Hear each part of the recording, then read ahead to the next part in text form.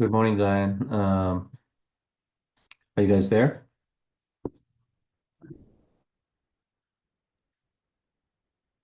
Good morning, Mr. Khan. I'm just waiting for two. Okay, Kamal just joined. Okay, great. We're waiting for We're just one. waiting for one more. Perfect. Okay, perfect. Everyone's here. Okay. Good afternoon, or good morning, or perhaps even good evening, depending on where you are logging in from across the globe today. My name is Zayon Mohidin. I am a junior on the business track at American Heritage School in Plantation, Florida. Thank you, everyone, for joining us today, and welcome to the Business Tech Conference. It's a pleasure to have you join us for what promises to be an insightful and forward-thinking conversation at the crossroads of innovation, investment, and digital transformation. We're living in a time where the pace of technological change is redefining the rules of business. From cloud infrastructure and AI to private equity and semiconductors, the foundation of today's global economy is being reshaped by visionaries who know how to merge strategy with innovation. Today, we're fortunate to be joined by four company leaders who are doing just that. Amr Khan, founder and CEO of Alkira, a pioneer in cloud networking, having developed the industry's first on-demand, as-a-service, unified multi-cloud networking platform. Yusuf Malik, an associate at Trivest Partners, brings a sharp focus on investment opportunities in the healthcare services sector, representing the next generation of data-driven, impact-focused investors. Zia Bhuta, founder and CEO of NI Capital Management, specializes in investing in digital platforms, automation, and AI, making him a key player in guiding companies through the digital age. Kamal Ahmed, the global head of semiconductor investment banking at Barclays, brings over 25 years of experience and a deep understanding in mergers and acquisitions within the ever-evolving technology sector. Together, these speakers represent a dynamic blend of entrepreneurship, investment insight, and technological leadership. This panel will explore how businesses can adapt to emerging technologies, where investment is flowing in the digital economy, and what it takes to stay competitive in a tech-driven world. Now, let's dive into the conversation. First up is Mr. Amr Khan. Mr. Khan, thank you for joining us today. It's my pleasure. Thank you for having me. Absolutely. You pioneered the first on-demand as-a-service multi-cloud networking platform. What were the biggest challenges in bringing that vision to life, and how did you overcome them? Yeah, anytime you're developing a new technology in a new area or in an existing area, there are a lot of challenges that you run into. And I think the biggest challenge is to convince the customers that there is a new way of addressing the problems. Mhm. And when it's such a different way of doing things, customers are always skeptical as to how beneficial it is going to be for them. So you kind of have to develop the market for that, develop because it's a very disruptive area or different disruptive way of doing things. And you have to develop that market and make sure that you get some beachhead customers who try your technology and who are willing to stand behind that.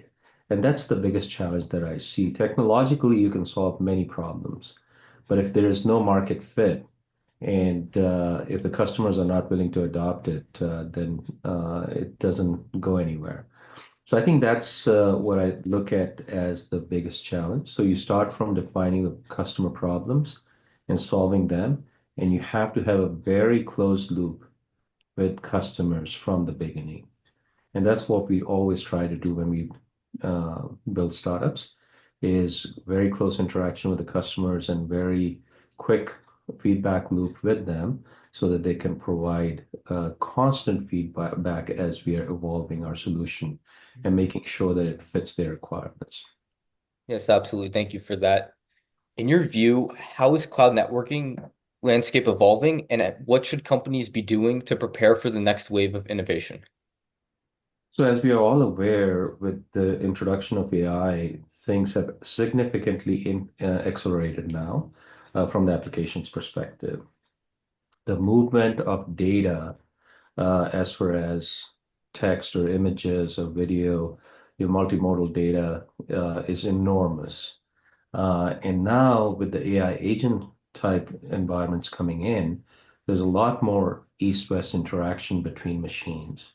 It used to be mostly north-south communication from users to services.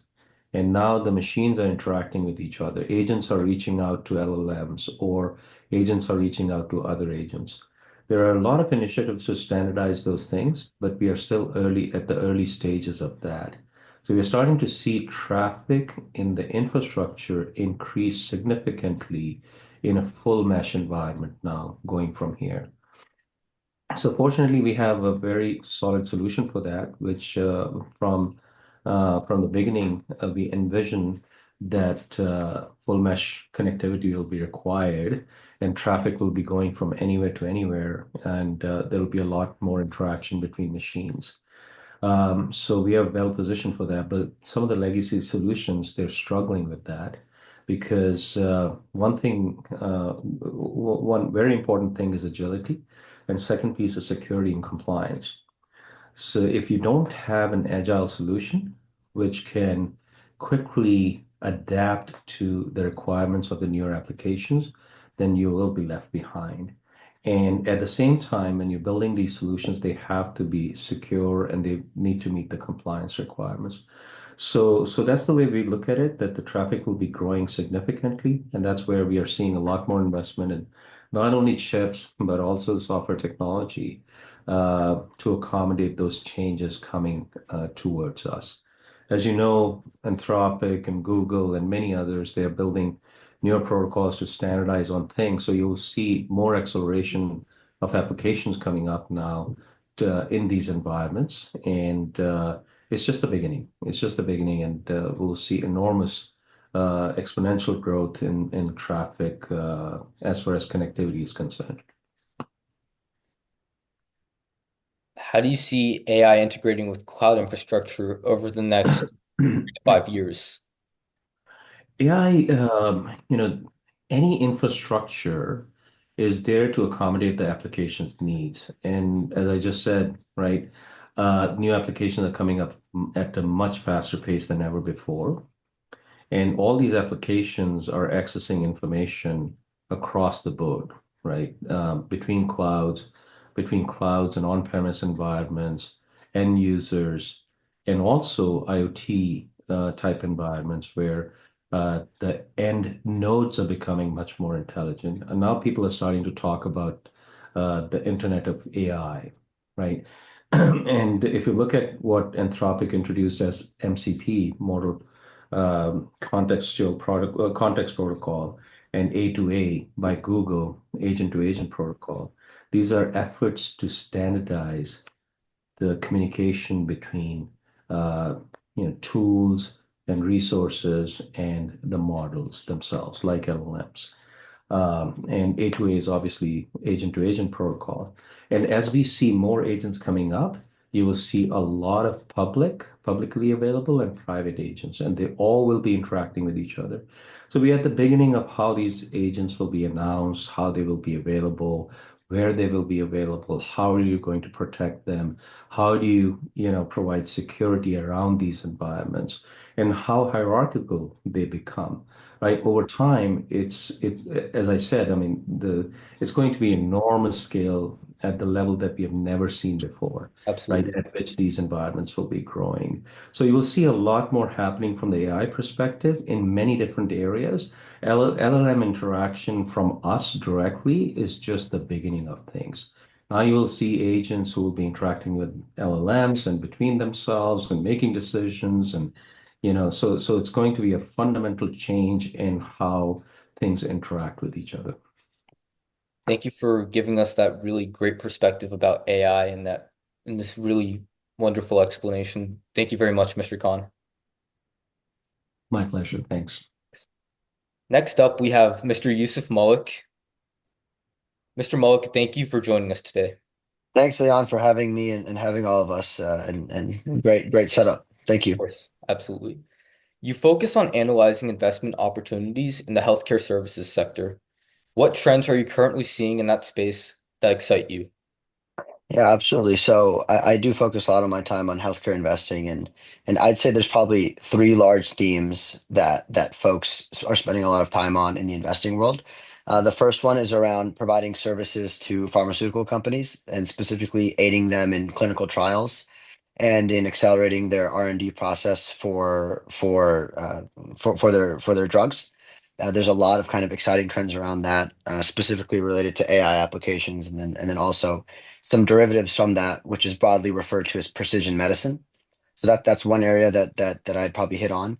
Another one is behavioral health. So there's unfortunately quite an epidemic, if you will, of behavioral health challenges throughout our country and throughout the world, frankly, that have for a long time gone undiagnosed and are now coming to the forefront in terms of medical attention and also investor attention. So that's Yes. probably number two. And then number three is broadly healthcare IT.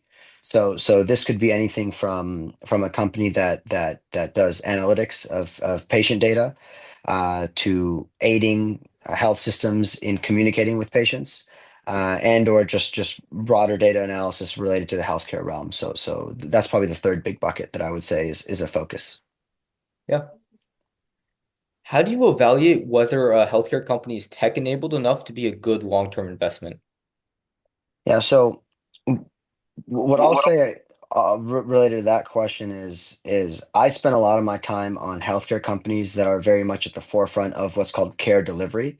So this could be a physician practice, this could be a home care agency, this could be a nurse staffing agency, something that's usually quite labor intensive. So I'll approach this question from the perspective of incorporating technology into a company to make its operations better, rather than approaching it from the perspective of what's an actual native tech company in the healthcare space.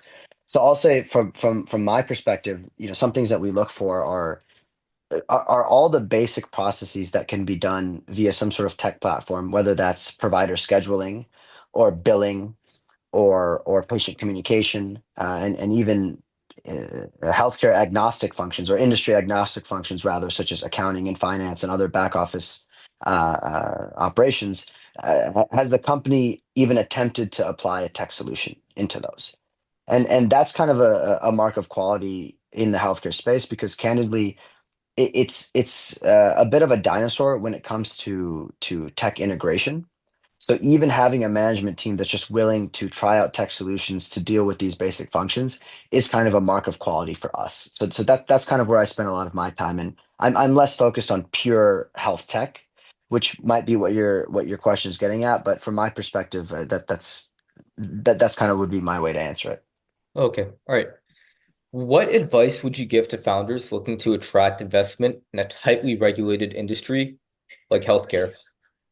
Yeah, absolutely. So there's two things that come to mind. The first is that the healthcare industry, exactly like you mentioned, is highly regulated Mhm. and is also subject to a lot of single event risk. So I'll give you an example of that. You could have a physician practice and you could be seeing thousands and thousands of patients a week and hundreds of physicians and things could be moving along very well.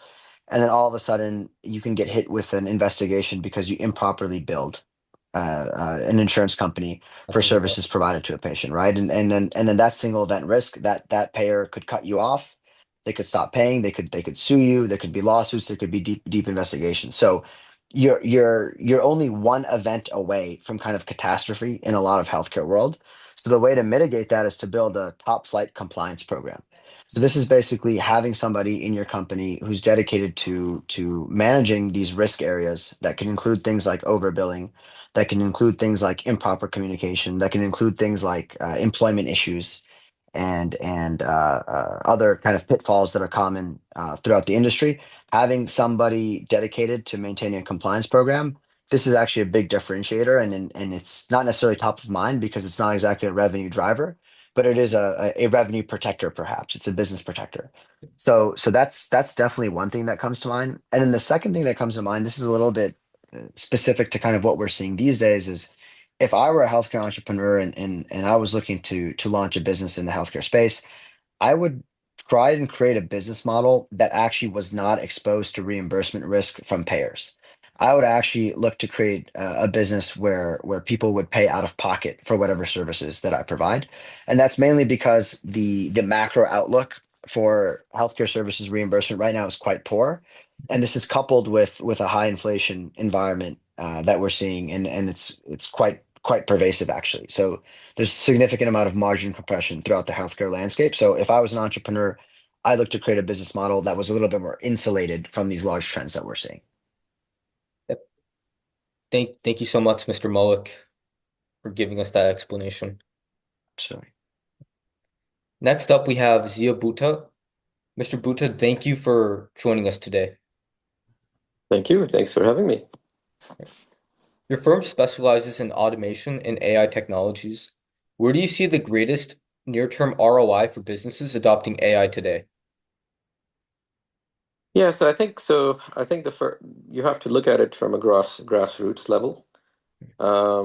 If you are a company, the first thing that you want to do is you want to make sure that your employees at the lower level, as well as at the management level, are educated about today's fast-moving AI technologies. I mean, the AI technology is not what it was a year ago, and it's not what it was 2 years ago or even 3 years ago, right? So the first thing is to make sure that you're educated about where the technology is, what it can do for you, and then you can start to do some decision making in terms of adopting products or services or AI products or services, which enhance your business. And in many cases, companies will just implement product or services to get an incremental benefit. But one thing is for sure that the business models nowadays are evolving. New business models are evolving, which are AI first type of business models. So there's also a chance that if you lag behind in the adoption of new products and services, or not understand the competitive pressures that are going to evolve with the AI first type of companies, you might not be able to make it. So I think from an ROI standpoint, I think the very first thing I would say is start by training and retraining your employees, as well as management on the AI technologies, and make it a mandate to to have them use it for day to day on their day to day business activities. Yes, absolutely. As a private equity investor, do you balance the hype around AI with actual scalable use cases? Yes, I am not a typical private equity investor. I am actually a business builder, and I have background in building four companies. So I run my own family office, which is kind of like a private equity. So my perspective is a little bit less sort of macro perspective that the private equity folks have. My perspective is more like a business perspective, where we always look at there is an age-old saying in business, build something better, cheaper, faster. So my perspective is looking at things, who is doing things better, who's doing things cheaper, and who's doing things faster, right? Using these technologies. And if you take those three things and put, metrics around them, that actually starts to give you an idea if you're dealing with a hype situation, or if you're dealing with something that can actually work. So you have to be solving a real world business problem, with these three things in mind: better, cheaper, faster. Or maybe you are creating something that is completely new, right? So that's a different paradigm, but it has to fit. Either you're creating something new, right? You're creating a completely new market, which is very rare, but it happens, or you're doing things better, cheaper, faster. And if we can put metrics around it, it's much more easier to separate hype from reality. Better, cheaper, faster. Okay, got it. How can companies position themselves to be an attractive acquisition target in a rapidly digitalizing economy?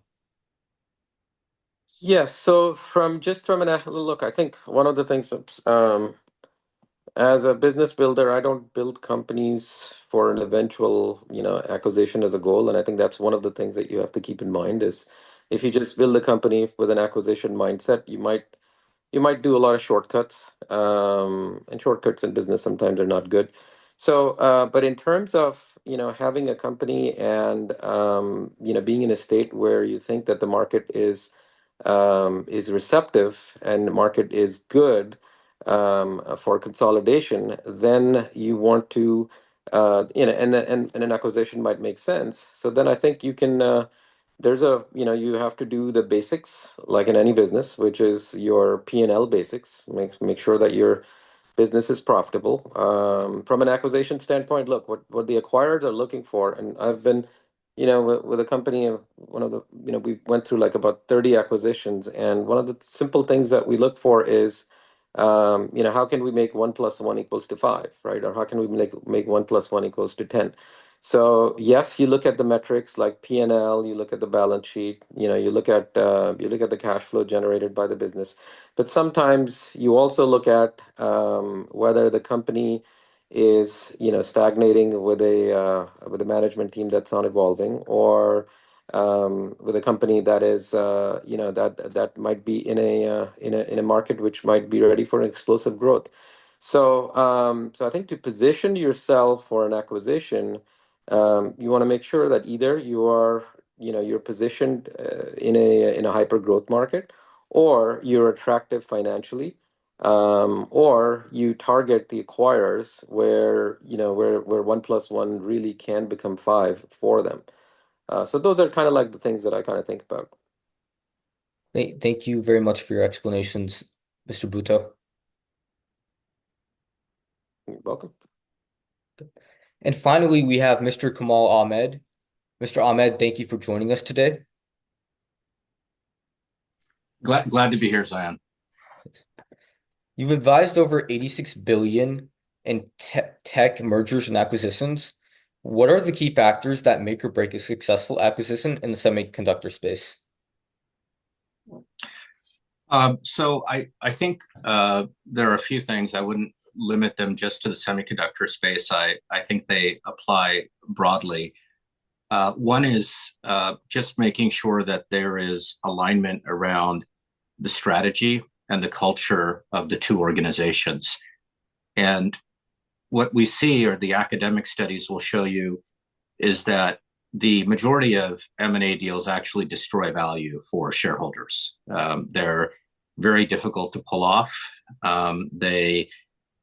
There are often integration issues. You can have a massive turnover in the employee base if they're not managed correctly. And sometimes you end up overpaying for deals. So there needs to be a lot of work that goes up front in figuring out whether it's the right deal. And I would say determining whether it's the right deal is actually, in the end, more important than valuation. And I'm talking strictly from a strategic acquirer standpoint, not a PE acquirer standpoint, where valuation is actually quite critical to generating shareholder returns. Generally, when you see strategic deals fail, or when I say strategic, I mean a company buying another company as opposed to a financial firm buying a company, is when there's an operational issue, a customer issue, an employee issue. It's not because of valuation. I mean, rarely do you see successful, if you do a home run acquisition, it's rare that people will say, well, that was a great deal, but you overpaid for it. That rarely happens. And when you see an acquisition fail, it's rare that someone says, well, that was that acquisition didn't do well because you overpaid for it. It was really the failure of the integration or just getting the strategy wrong, right? So those things, I think, are the most important things. So if you end up paying 10%, 20%, 30% more than maybe you would have liked, that obviously is a concern and something that you need to incorporate into your analysis, but it's not the primary issue. The primary issue is just finding the right transaction. And part of that is just making sure that the cultural fit is there. And what I mean by that is, organizations are really built around their customers' needs. So when the DNA of a company strongly reflects, if it's a good company and you're in touch with your customers, Yeah. reflects the needs of the customers. You're constantly obsessed about what my customers are thinking, how they do business, what is their cadence of operations, how do I emulate what they do in a way that I can fit most easily into their way of thinking. So oftentimes when you buy companies that are extending your customer base into a different area completely, right? So let's say, you're used to serving large enterprise accounts, and now you buy a company that's focused slowly on smaller businesses, or you're used to servicing the technology industry, but now you're servicing the oil and gas industry or the real estate industry. These are really hard things to do because generally, when you're working within your own customer base on deals, it's just much easier, to pull off. The other thing I would say is diligence. I mean, there have been some striking failures in M&A. One notable one is HP Autonomy, where accounting diligence wasn't done properly, and then you buy a company that where the numbers have been grossly inflated. So knowing, buyer beware, knowing what you're getting into, that's very important. And I think most people today, most buyers will engage in pretty sophisticated diligence processes. So it's generally not a major concern today. And then I think the last thing would be these days, we could touch on it a little bit later, is the regulatory environment. Today, particularly for larger transactions, there is a concern around whether deals can get approved by the U.S. antitrust jurisdictions as well as overseas jurisdictions. Of course. Yeah, absolutely. How is the geopolitical environment, particularly involving U.S.-China relations, impacting investment strategies in semiconductors? Yeah, well, I mean, it's semiconductors have become one of the linchpins around the sort of technology war with China.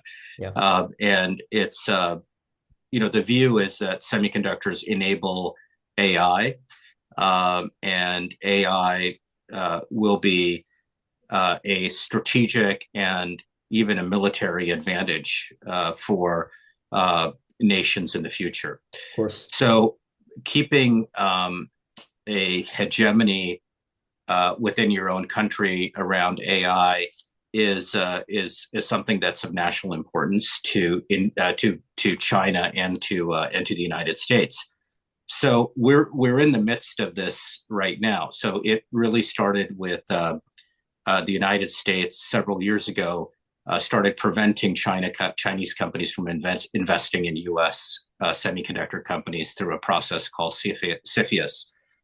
And then after that, we started putting export control restrictions on chips coming from companies like NVIDIA.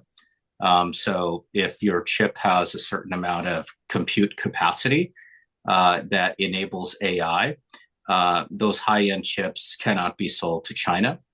And we even had restrictions on sales to many other countries. Those were called the AI diffusion rules. Trump recently rescinded those diffusion rules, but not for China. And then now we are in the midst of a trade war with China, although we have a 3-month reprieve on that from the Trump negotiations with China. But many of those tariffs are revolve around technology, particularly semiconductors, and not just the chips, but the equipment that is used to make the chips. So companies such as Applied Materials, KLA, in the Netherlands, ASML, they are in the center of this trade war as well. Okay. Thank you for that. What advice would you give to entrepreneurs in the tech space thinking about long-term exits or IPOs? Well, I think it's something that Zia mentioned earlier, that you don't want to build a company for an exit because you may end up taking shortcuts. I absolutely agree with that. The most successful entrepreneurs aren't really thinking about the exit. I mean, they prepare for the exit. I mean, it's important to have the end in mind when you start, like, hey, this is where I want to end up. But on a day-to-day decision-making process, you're really there to create value, right? And so you plan, you set everything up. You want to have a simple cap table. You want to understand, you want your potential buyers to know who you are. You want your investors to be aligned around where you are in terms of your long-term goals. But generally, on a day-to-day basis, you're building value, right? You're building value, and the best way to build value is to create value for your customers. And if you have a sort of obsessive focus around just doing that every single day, the M&A or the IPO will come, right? And so it's not something that you should kind of worry about on an ongoing basis. I would say the second thing is, entrepreneurs are a rare breed of people. So not everyone is cut out to be an entrepreneur. Some people are extremely talented at what they do. They have remarkable skills, whether it's in technology, product design, driving customer sales, their work ethic, whatever it is. But entrepreneurship itself is something that it's different, right? And it's a certain type of person. It requires resilience. It requires the ability to get knocked down day after day and just get right back up and say, I'm still going to go do this, right? So that type of person is generally these are people that starting companies, right? If someone who you have to be an optimist, right? Anyone who is not an optimist cannot be an entrepreneur, right? You have to sort of have a small amount of delusion, right? If you're 100% realist, you would never start a company. You have to be mildly optimistic. Now, the studies have shown that mildly optimistic people, you're not wildly optimistic because that would mean you just go to Vegas and make big bets and lose all your money. But mildly optimistic people, the studies have shown they're actually more successful financially than people who are realist, right? Who balance everything. So it is a bit of a self-fulfilling prophecy. Now, that entrepreneur at some point, if you want to build a company, has to make a decision. And that decision is, do I take the risk of, do I take the dilution and risk of dilution to go hard after an opportunity and scale my company? And that's a tough decision to do because certain entrepreneurs, they want to build, stable, cash flow generating businesses. Sometimes people call them lifestyle businesses, but you want to build a profitable business. You want the profits to come early. You want to sustain the profits. You don't want to dilute your ownership, and you're comfortable with that. Others say, to the hell with it. I'm going to go raise a bunch of money. I'm going to hire a bunch of people, and I don't care if I lose money for the first few years. But I have this goal in mind, and my primary goal is revenue growth. And so I think it's important to decide what model you're going to choose, right? Because I think people who are coming from that cash lifestyle business perspective, they oftentimes aren't able to go after that vision of scaling a company quickly. They try to do that, and then they end up failing. And because they're competing against people who are basically hiring a bunch of people, raising a bunch of money, and putting their pedal to the metal. So figuring out what you're really trying to do is important, and then raising money to support that goal is important as well, right? So I think that's another aspect that sort of gets lost with some entrepreneurs who, like in AI, for instance, I'll give you an example. There's a lot of services companies now that are developing.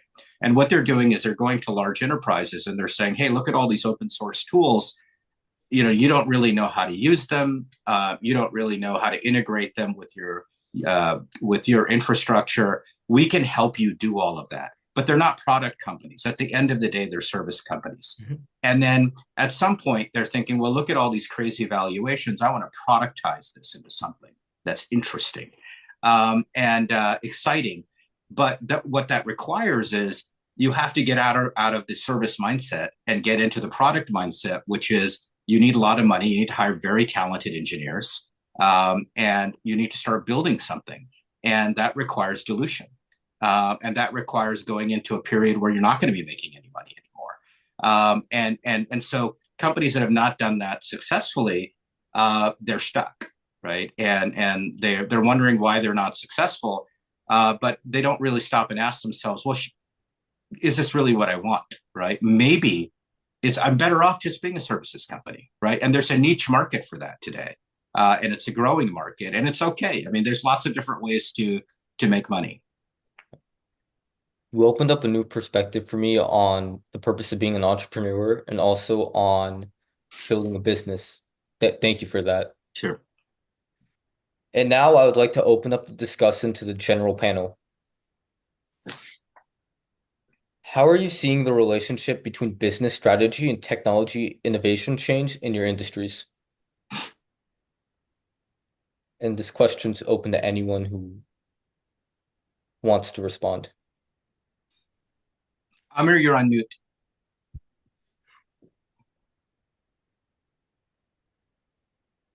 Sorry about that. Yeah, so I can take it. We are seeing a fundamental shift where business strategy and technology innovation are no longer sequential. They're now intrinsically linked and co-developed from the outset. Enterprises are no longer treating infrastructure decisions as back-end IT concerns. Instead, networking and security are being recognized as a critical enabler of business agility and speed and innovation, especially now that we are seeing a world driven by AI. There's a lot of multi-cloud adoption and the overall digital transformation. Yeah. So yeah, it's really interesting to see that coming together. Yeah. Thank you for that. Second question for everyone. What's one emerging technology that you believe is still being underestimated? Let me take that. Just back to your first question, then. One of the just give you an example. One of my portfolio companies, which I started back in 2017, actually was a services company specifically focused on a technology called robotic process automation. And at that time, that was a very hot technology. It grew very fast for the next few years. And then, like anything else, it started to get to like a saturation or a maturity stage, right? And we had scaled up that company. It's 500 employees, 50 million plus revenue, so it's scaled up nicely. But then, because the technology itself on which we were focused on was saturated or sort of matured, and then you had the generative AI, which started to kind of like accelerate, 21, 22. So we basically retooled the company towards the generative AI messaging. But then in our industries and the businesses, because we go B2B in that company, within a couple of years, the narrative changed from generative AI to agentic AI, which is kind of like the new paradigm. So we retooled the company into an agentic AI company, even though we know that we have some of the legacy baggage of RPA. But again, for those who are here who might know that there is actually a linkage between rules-based automations as well as agentic AI type of automation. So for my point with all of this is that for us, business strategy and technology innovation, as I think as I believe Amr said, is linked. Is the same thing pretty much nowadays, especially in the industries that we're in. Your question about what emerging technology that you believe is still being underestimated. Look, I think I'll there may be many others here, but I think right now you hear a lot about agentic AI as one of the cutting edge technologies. It's certainly not underestimated.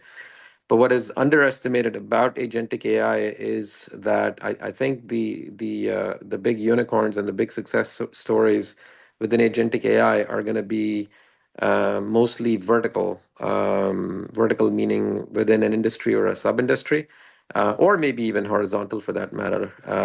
But vertical is, I think, where it's going to be, that part of it, I believe, the agentic AI is being underestimated. So that's my thought. Yep. Thank you. Would anyone else like to share another technology that's being underestimated? I can maybe take a stab at it. Yeah, go So ahead. I think one is, and it's still very early days, but it's quantum computing. Um, and I think it's not something that people generally talk a lot about because it's the amount of capital required to generate these computers is quite large, and also it's still unclear how to make these machines at scale, right? And maybe Google or Microsoft can build one in a massive auditorium with lots of pipes and racks and infrastructure and cooling and all of that. But to actually build something that could be used in a real life data center is still many years away. But the implications of quantum computing are quite enormous. And I think for those of you who aren't familiar with it, normal computers sort of use traditional gate logic to compute, right? So you can think about it as millions of doors, billions of doors, and they're either open or shut, and you open and shut them to create zeros and ones in a way that allows you to make logical decisions, right? To compute essentially. Quantum is completely different in the sense that the door can be open and shut. Yeah, can be in both states at once. And then so it basically allows you to compute in a completely different way. So you can kind of think about it as, let's say you are trying to find a key that would fit into a door, and you have a million keys, right? So you keep trying to go one by one serially and try to figure out which key will open the door. Quantum allows you to sort of try all the keys at once in a way. I mean, it's a very simplistic way of sort of looking at it. And the reason this is important is because nature, operates in a quantum way. There's amount of stochasticism to it. Like the processes are somewhat random, and therefore there's lots of possibilities. It's not a deterministic world. So what quantum will allow you to do now, once it's scaled, we could be living in a world, Zayan, when we're long retired and you're an adult, where you can walk into a hospital and have a drug designed for you and ready within the same day, right? So something that would give you no side effects at all because it's designed for your biology. You could have a world where encryption is uncrackable, right? Like everything is 100% secure, and you don't have to worry about hackers anymore. There could be a world where there's no more cancer, right? Because the detection, there's a predictive power to quantum. So you could have very, very early detection around, or come up with very targeted drugs to battle cancer. Which could change the way that we live, right? So you could, let's say you get in your car and start driving, and the quantum computer in your car says, there's 85% chance there's going to be an accident on this highway. I would go a different way. And so you can start predicting the weather very accurately. So all of those things, when you watch science fiction and they talk about this thing called the butterfly effect, where one little small thing that you could do could change all the events that afterwards, if you go back in time. Quantum allows you to actually model that in a way and put probabilities on how whether or not something is going to happen with much more predictive power than our traditional computing has today. So I think that quantum really could be a real game changer. It's not for everything, right? You're not going to need quantum computing for a lot of the business tasks that we do today. But anything around materials design, chemistry, biology, crypto, all oil exploration, weather, all of those things, could benefit from quantum. So, like, for instance, materials, you could design a battery that could charge your phone in 3 seconds, right? That is a possibility. And so I think that's one that it's not underestimated in the sense that people are investing in it today.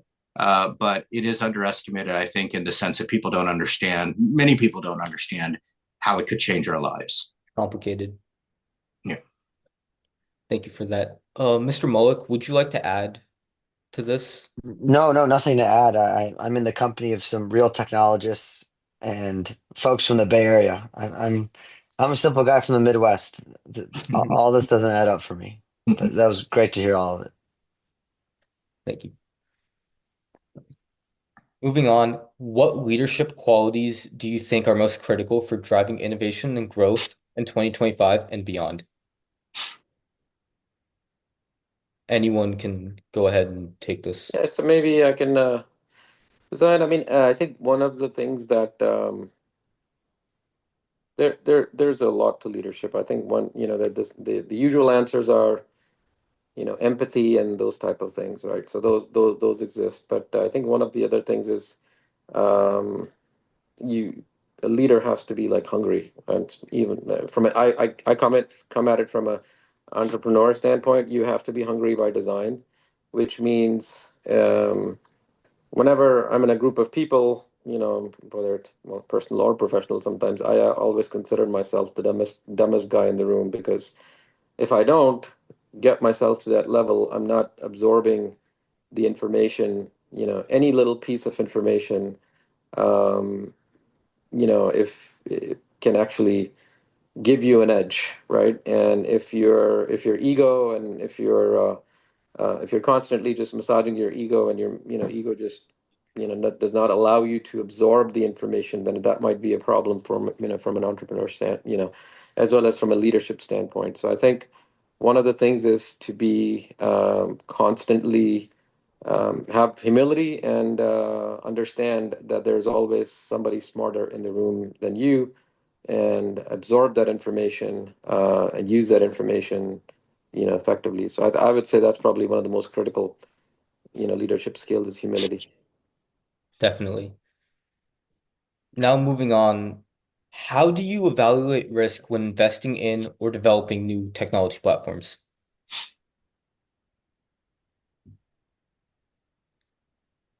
I I can think take that. I'm sorry, go ahead. please go ahead. Yeah, so from my standpoint, I guess at a high level, you look at risks from, okay, you have a product market fit, risk, if you are trying to bring in a new product into the market, right? You have a financial risk, in terms of, when you're trying to innovate and trying to do something new, you're trying to go where nobody has gone before, or very few people have gone before, and there's a risk associated with it. There's a financial risk associated with it. There's a product market risk associated with it. And then there is the operational risk associated with it, which is essentially the types of people that you bring into your organization, and how do you kind of execute. So I think at a high level, it's your product, service, market fit risk, it's your financial risk, it's your operational risk, and how you manage it depends on on your read of the market, on your personal grit, as well as the ability for you to create the teams that can execute, because at the end of the day, it's all about execution, just getting things done. So that's my 2 cents. Okay. Mr. Khan, do you want to say anything? I think the most important thing is to make sure that teams are aligned and they're heading in the proper direction from the leadership perspective, right? If you do not have a team which is properly aligned and optimistic about where they are headed, it becomes a huge risk. And balancing out your growth is very, very important. A lot of companies, they don't pace themselves. And what I mean by that is that they take on too much sometimes, whether it's from the product development perspective or whether it's adopting the customers or winning the customers and taking on too many customers at an early stage, as an example. And if you do not make your product successful in one customer environment, it could hurt you significantly, right? Other customers are not going to trust you. So you have to have laser focus on making sure that you make your customers successful, and those are the customers who will be your references to the future customers. And it needs to be a very well-rounded team, making sure that you're reducing the overall risk. So whether it's engineering and you have the engineering execute well on product development side, but what about deployment? You may have a brownfield deployment or a greenfield deployment, and how do you integrate with the existing environments? And all of that plays into the success of the companies. And sometimes people try to grow too quickly. They spend too much money. And before they realize it, and they run out of money, and then they can't raise more money, and they have to shut down the startup. And that's the biggest risk in startups. And one of our investors used to tell us that startups don't die of, they mostly die of indigestion, meaning that they take on too much.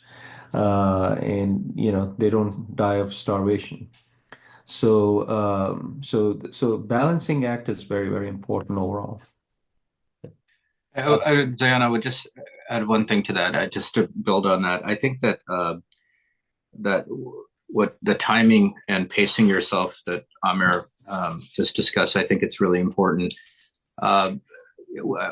We see a lot of companies that they may not sort of properly assess the customer need, or the customer's ready for the product today. Yeah. And sometimes that's hard to predict, right? I mean, in all fairness, who knows, right? I mean, you don't really know till you start doing it. But that's why I think pacing yourself is important, because instead of 2 or 3 years, maybe it takes 5 years for the market to really develop and evolve, and you want to be around for that when it happens. So I think pacing yourself is important. The other thing is, you have to ask yourself also, how badly is your technology needed? Is it a vitamin, or is it, some people say, a painkiller, right? Like, is it something that's nice to have, or is it something that really needed? What problem are you solving? And sometimes you have really great people get very obsessed around the technology, how impressive it is, how it has, surpassing certain benchmarks. How much time it took to design the IP protection around it, the uniqueness of it. But ultimately, regardless of how cool it is, what problem are you solving, and how painful is that problem? And so figuring out that early is important. And then in tech particularly, you have to have a really good assessment of the competitive risk. The great thing about startups is they're agile, they can move fast, they can move with focus, and many times they can outpace the competitors. But some of these competitors, are quite the larger companies, depending on who they are, particularly the hyperscalers, are quite good, right? And they may take a little longer to get to where you're going, but when they arrive, you have to ask yourself, will they crush you? And so particularly in the world of AI, because many of the tools for AI are open sourced, people have access to these things, and that's breeding a lot of innovation and sort of startup activity, which is awesome. But understanding, if it's possible, can you stay ahead of the curve long enough to create a good customer base for yourself before the big guys sort of come in and make life difficult? And that's very, very important. You bring up a very good point, Kamal. When I joined Cisco in 1991, people used to say, people don't get fired for buying IBM, but Cisco is a startup, right? And then Cisco became a behemoth. And so startups go through that phase where large companies step in and they say, "Oh, we have a better solution." And the general tendency on the enterprise customer side is to trust them. So you have to prove it to the enterprises. I was just talking to a railway company, and they were telling me that they have high-speed cameras on every, train. So at least one box is fitted with that. And all the railroad tracks have cameras around them, which are sending high-speed images to the data centers and the clouds to be processed. And if the network stops, your trains stop. That's how mission critical it is, right? In a financial institute, if your network goes down for an hour, you could be losing tens of millions, if not hundreds of millions of dollars. Absolutely. And so our financial customers remind us that your service has to be up 24/7. So, different environments have different challenges. Enterprise market is very different from the consumer market, and infrastructure is very different from applications. And especially in the infrastructure, if the infrastructure is down, all your applications are down, right? So you have to have the courage to be able to stand up to those challenges as you're building these startups. We are a small startup, right? We compete with many, many different competitors, including the hyperscalers and traditional companies like Cisco's and Juniper's and Arista's, um, and many of the startups. And we are global. And the reason people find out about you is when other people say good things about you and they listen to other customers. And if there are testimonials, if the people are willing to give you a private reference. So these are very, very important things. Otherwise, big companies can come and, as Kumar is saying, they can crush you, right? If you're not able to differentiate yourself and stand on your own feet as a startup. Of course. Thank you. Thank you all for joining us today for this inspiring and thought-provoking conversation. We've heard insights from leaders who are not only shaping the future of business and technology, but who are also helping us understand how to navigate it with purpose, strategy, and innovation. Whether it was the evolving power of cloud infrastructure, the future of AI and automation, or the healthcare and semiconductors, today's dialogue has made it clear. Success in this era isn't just about keeping up, it's about looking ahead. A special thank you to our outstanding panelists, Amr Khan, Yusuf Malik, Zia Bhutta, and Kamal Ahmed. For sharing your expertise, experiences, and visions with us, your leadership and insight are invaluable. And thank you to everyone in the audience for your engagement and curiosity. We hope you leave today with new ideas, fresh perspectives, and a renewed drive to lead in a world where business and technology are more intertwined than ever before. We look forward to continuing these conversations beyond the panel. Until next time, stay curious, stay connected, and keep building the future. Thank you. Thank you. Thank you. Great job. Great job. Thank you. Thank Thank you you. so Nice to much. meet everybody. Thanks so much.